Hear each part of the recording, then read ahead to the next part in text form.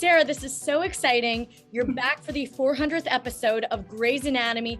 How thrilled are you for it, and what can you tease about this episode? I'm super excited to be back, and I'm super excited to be back on the stages at the hospital, because the last time I came back last year, I was off in April's house with Jackson and with not even my own crew. We were with a different crew. I only got to say hi to people when I went to the set to get my COVID tests.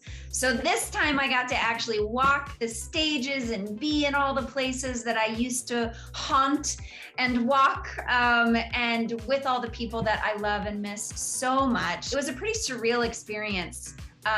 Working with everybody, because it felt like no time had passed. Felt like I had just been there yesterday and was just doing the thing that I had done for 9 years. But we've all lived 4 years of our lives since then. So it was very comfortable, like coming home. It was fun. Can you tell me a little bit about what's going to be happening on the show with your character? There is a blood shortage at Grey Sloan that is continuing, and I'm asked to help cover the pit. When I'm in that world and scenario, Ben actually comes in and we have an interesting interaction about what's going on with the blood shortage and what that means for the ER and what that means for the hospital as a whole. There's also just a lot of big questions raised, sort of big explosive questions raised about the future of the hospital that leaves you with some gigantic question marks at the end of the season as to like, what's gonna happen next year? Some of the things that happened with Owen and his veteran friends are coming to light in ways that are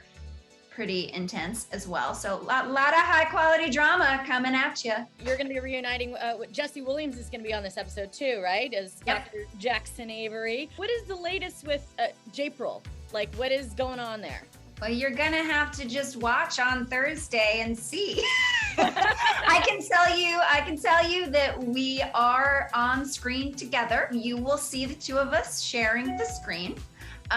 Beyond that, I'm not sure I can tell you much more than that, but we have come from Boston to assist in all of the drama. And speaking of Jesse, I know I was looking at your Instagram and I saw that you got to see him in his play, Take Me Out. How was that reunion as well? It was so fun. It was honestly the only chance I had to see it in the entire run, because I was shooting a movie that my first movie that I wrote in Ottawa, and that I was producing and starring in. And so on my way home from Ottawa to LA, I made a stop in New York and saw his show that night and then flew home the next morning. And it was glorious. It's so good. I mean, he totally commands the stage. He totally shines. He's brilliant in it.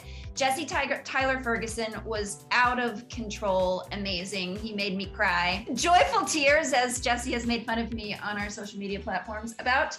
But yeah, it was such a joy. I was so glad that I got to go see this Tony-nominated dude. I gotta ask you, because I asked Ellen Pompeo this recently too. What is it like? Because obviously he goes nude in this.